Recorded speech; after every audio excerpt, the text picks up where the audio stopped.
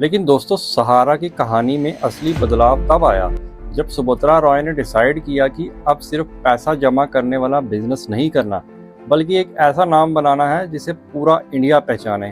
अब इसके लिए उन्होंने एक एक करके ऐसे कदम उठाए जिन्होंने सहारा को एक छोटी फाइनेंशियल कंपनी से निकाल कर एक बहुत बड़े अंपायर में बदल दिया।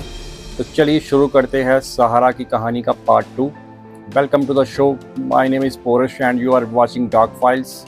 सबसे पहले सहारा ने मीडिया की दुनिया में अपनी जगह बनानी शुरू की। न्यूज़पेपर और टेलीविज़न के थ्रू सहारा का नाम उन लोगों तक भी पहुंचने लगा जो शायद कभी सहारा के फाइनेंशियल बिजनेस का हिस्सा नहीं रहे थे। अब सोचो, एक कंपनी जिसका नाम लोग अपनी सेविंग के साथ सुनते थे, वही नाम अब टेलीविज़न स्क्रीन और न्यूज़पेपर पर भी रोज़ दिखने लगा। लेकिन सुभद्रा रॉय की नज़र में सिर्फ मीडिया पर नहीं थी। उनका अगला बड़ा ड्रीम रियल एस्टेट। महाराष्ट्र के पुणे के पास पहाड़ों के बीच सहारा ने एक मैसिव लग्जरी टाउनशिप डेवलप करने का प्लान बनाया, एम्बी वैली। ये कोई नॉर्मल कॉलोनी नहीं थी। यहाँ luxury homes, hotels, golf course और हाई एंड फैसिलिटीज़ का एक पूरा लाइफस्टाइल प्रोजेक्ट डेवलप किया जा रहा था। और यही से सहारा की इमेज में एक और बड़ा चेंज आया। जो ब्रांड कभी आम आदमी की छोटी सेविंग्स से जुड़ा था, वही अब लग्जरी लाइफस्टाइल और बड़े प्रोजेक्ट्स के साथ भी नज़र आने लगा। लेकिन असली विजिबिलिटी सहारा को मिली क्रिकेट से। इंडियन क्रिकेट टीम की जर्सी पर सहारा का नाम आने लगा और जब भी टीम इंडिया टेलीविज़न पर खेलती थी, करोड़ों इंडियंस के सामने सहारा का नाम भी दिखाई देता था। और सुभद्रा रॉय यही रुकने वाले नहीं थे। 2010 में सहारा ने आईपीएल की पुणे फ्रेंचाइजी खरीद ली।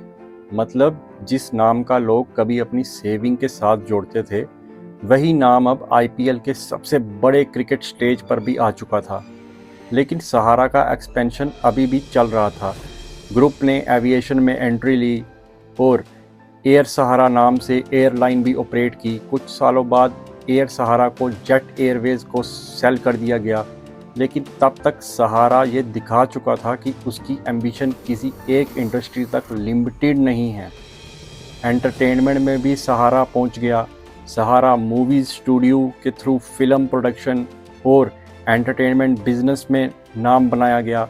और फिर हॉस्पिटैलिटी, लंदन का ग्रॉसवेनर हाउस और न्यूयॉर्क का आयोनिक प्लाजा होटल जैसे बड़े प्रॉपर्टीज़ भी सहारा के एम्पायर का इस हिस्सा बन गए।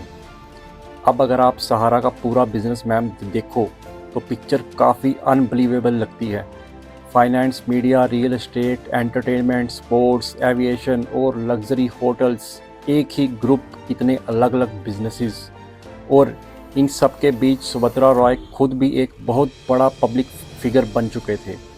उनकी पार्टीज़ और इवेंट्स में बॉलीवुड सेलिब्रिटीज़, बिजनेसमैन और पॉलिटिशियंस तक नज़र आते थे।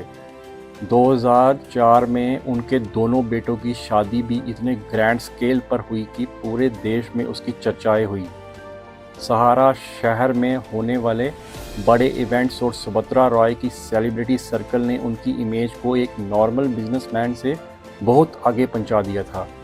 एक वक्त पर सहारा को इंडियन रेलवेज़ के बाद इंडिया का सेकंड लार्जेस्ट एम्प्लॉयर तक कहा गया। अब एक बार फिर उस 2000 को याद करो जिससे ये कहानी शुरू हुई। वो 2000 अब एक ऐसे एम्पायर में बदल चुके थे जिसका नाम इंडिया के ऑलमोस्ट हर बड़े सेक्टर में नज़र आ रहा था। और यहीं पर सहारा की कहानी का सबसे इंटरेस्टिंग कॉन्ट्रडिक्शन शुरू होता है। बाहर से देखो तो सब कुछ परफेक्ट था, बड़ा एम्पायर, बड़े प्रोजेक्ट्स, क्रिकेट सेलिब्रिटीज़ और दुनिया भर में प्रॉपर्टीज़।